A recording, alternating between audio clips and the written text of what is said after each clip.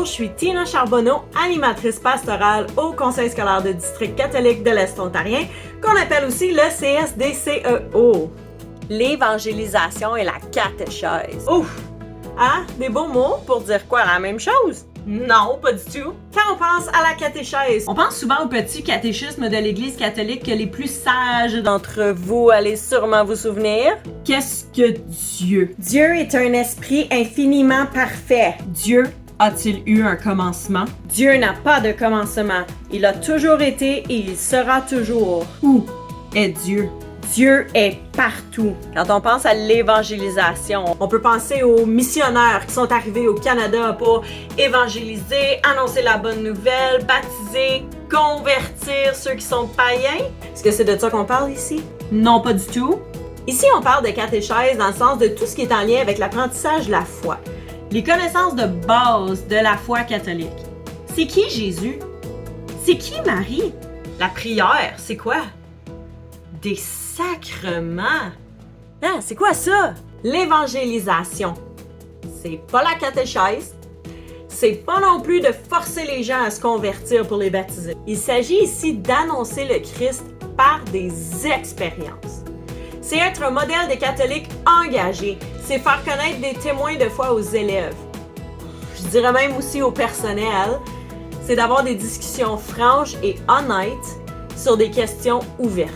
Dans le contexte scolaire, souvenons-nous qu'on a une super belle ressource ici qui est la série des livres UCAT. Okay? Il y en a beaucoup, hein? Il y a beaucoup de livres! Ici, on retrouve les réponses à pas mal de questions que les élèves peuvent se poser sur la religion catholique. J'ai gardé celui-là dans mes mains, c'est le seul que j'ai pas échappé. Alors, prenons comme exemple juste quelque chose ici. Tiens, que signifie le signe de croix? Pourquoi on fait ça? En faisant le signe de croix, nous nous plaçons sous la protection de la Sainte Trinité. Au début de la journée, au début d'une prière, mais aussi avant d'entreprendre certaines choses importantes, le chrétien fait son signe de croix en disant « Au nom du Père, et du Fils, et du Saint-Esprit ». Invoquer les trois personnes divines par leur nom sanctifie ce que nous entreprenons. Cela nous accorde une bénédiction et nous fortifie dans nos difficultés et nos tentations. Je sais pas si vous autres vous avez appris quelque chose, moi je trouve ça vraiment intéressant ce que je viens de lire. On est tous responsables de l'évangélisation par modelage, donc en étant des modèles de ce que devrait être un catholique aujourd'hui. Bon, nous au CSDCEO, on offre des retraites pour les élèves de deuxième année qui se préparent à la première des communions. On offre aussi des retraites pour les sixième années qui se préparent à la confirmation. Dans la retraite des sixième années, il y a une partie juste avant le dîner, quand les élèves ont faim, où je fais cuire des œufs et du bacon. Les élèves ont faim, ils sont fâchés que je mange devant eux juste avant le dîner, quand ils ont hâte de dîner.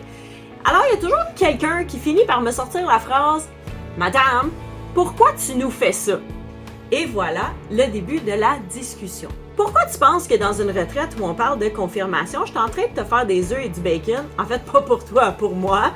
Pendant que toi, t'as faim, pourquoi je fais ça? Ici, les œufs et le bacon, ça nous représente.